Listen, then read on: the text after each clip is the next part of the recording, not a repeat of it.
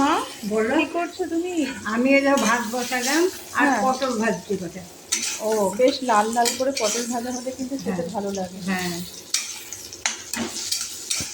পটল ভাজা করছো না? হ্যাঁ পটল আর ভাজ কি? আর ভাত বসালাম আর ডাল এই হ্যাঁ ভাত। আর তোমার এটা কি? ওটাই ভাত। ভাত আর বসিয়েছো? হ্যাঁ আর ডুমুরটা একটু সিদ্ধ করে রেখেছি, ডুমুরের তরকারি করবা। আমি করব? হ্যাঁ আচ্ছা। আর আর এই এখানে কি ডাল সিদ্ধ দিতে হবে? হ্যাঁ ডাল সিদ্ধ দিব। আচ্ছা। এই দেখো এই প্রেসারে ডাল এই ডুমুরটা একটু সিদ্ধ করেছি, ডুমুর আলু সিদ্ধ ও। করেছি, এখন রান্না করবা। হ্যাঁ এবার ডুমুর ডুমুর আর আলু সিদ্ধ করে রেখেছি। হুম। আর তুমি ওই একটু আদা জিরে লঙ্কা এই বাটা দিয়ে একটু ঝাল ঝাল করে রান্না করো।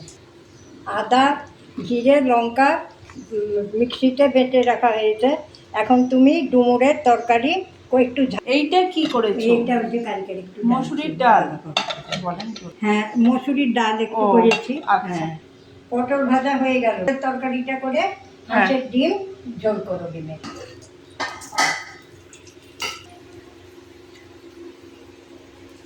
মসুরির ডালটা ঘটির মধ্যে হ্যাঁ। দিয়ে দিচ্ছ। হ্যাঁ পটল ভাজা তেলের মধ্যে একটু ফোড়ন দিয়ে তার মধ্যে আমি সিদ্ধ করা ডুমুর আর আলুগুলো দিয়ে দেবো। ডুমুরের তরকারিটা করে নিয়ে হ্যাঁ ডুমুরের তরকারিটা করে দিয়ে হাঁসের ডিমের ঝোল করো। আচ্ছা। অন্যদিন তো আমি মুরগির ডিমের ঝোল করেছি, হাঁসের ডিমেরও ঝোল করেছি।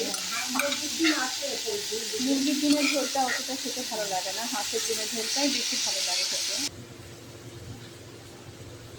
পরিমাণ মতো হলুদ দিয়ে দেবো আর পরিমাণ মতো লবণও এখানে দিয়ে দিচ্ছি। পরিমাণ মতো একটু মিষ্টি দিয়ে দেবো এখানে।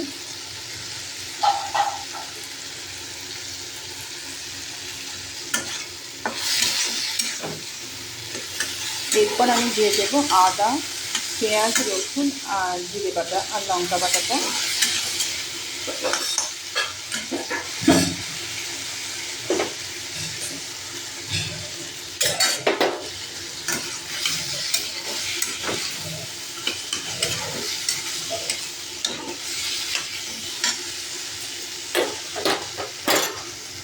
দিয়ে দিব কড়াই।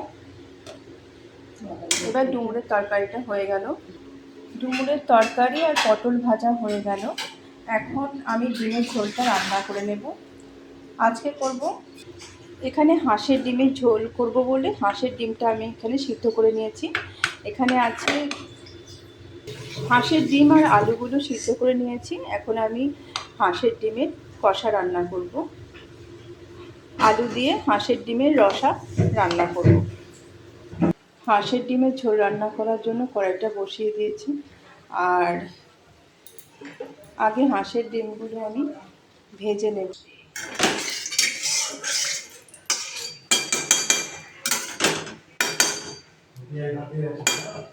তেলটা গরম হয়ে এর মধ্যে আমি দিয়ে দেবো পরিমাণ মতো লবণ আর হলুদ একটু। তারপর আমি কিন্তু প্রথমে ডিমের আলুগুলোকে ভেজে নেব। আলুগুলো সিদ্ধ করাই আছে, আলুগুলোকে একটু লাল লাল করে ভেজে নেব। আর তেলের মধ্যে আমি দিয়ে দিয়েছিলাম লবণ আর হলুদ। লবণ হলুদ তেলের মধ্যে দিয়ে দিলে আলুগুলো ভাজলে রঙটা কিন্তু খুব সুন্দর আসে। ওই তো ডিমের আলুটা ভাজা হতে হতে আমি এখানে ডিমের মধ্যে লবণ আর হলুদ ভালো করে মেখে নেব। ওমা তুমি কি ডিমগুলো ফাটিয়ে দিয়েছো? হ্যাঁ সব খাইয়ে দিয়েছি। না ডিম কি কেটে দিয়েছো, নাহলে এভাবে ফাটবে তো? না এমনি আমি গাল দিয়ে করে ফুটো ফুটো করেছি। ও তাও তুমি ছেটকি দিয়ে একটুই করো। হ্যাঁ ছেটকি দিয়ে একটুই করো কুচি দিয়ে। কেটে নেব। হ্যাঁ কোন একটু দিন? এরকম করে গায়ে করবা তাহলে হয়ে যাবে। আচ্ছা। হাঁসের ডিম হলো কটা মা? এটা হাঁসের ডিম 5টা। হ্যাঁ 5টা হাঁসের ডিম আছে আর 2টো মুরগির ডিম আছে। যে মুরগির ডিম দুটো দেখো কারণ মা হাঁসের ডিম খায় না, আর আমরা হাঁসের ডিম খাই। আলুগুলোও কিন্তু লাল লাল করে ভাজা হয়ে গেছে। এবার আলুগুলো আমি তুলে রাখবো, তুলে রেখে ডিমটাকে ভালো করে ভেজে নেবো। এরপর ওই কড়াইয়ের মধ্যে একটু তেল দিয়ে আমি ডিমগুলোকে ভালো করে ভেজে নেব। ডিমের মধ্যে লবণ হলুদ দিয়ে দিয়েছি, আর ডিমগুলোকে একটু ফেটিয়ে নেব। একটুখানি কেটে দেবো, নাহলে ডিমগুলো ফেটে যেতে পারে।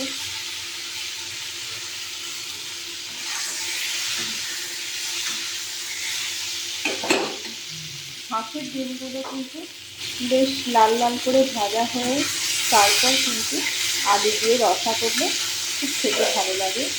আর হাঁসের ডিম না ভাজলে, হাঁস বা মুরগি যেদিনই হোক, না ভাজলে কিন্তু সাদা সাদা রেখে দিলে অতটা খেতে স্বাদ হয় না। ডিমগুলোকে ভেজে তুলে নিলাম।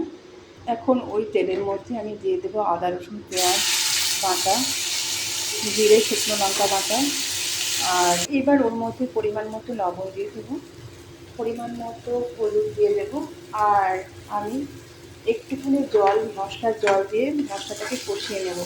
মশলার জলটা না দিলে মশলাটা কষানো ঠিকঠাক হয় না, এটা পুড়ে যেতে পারে।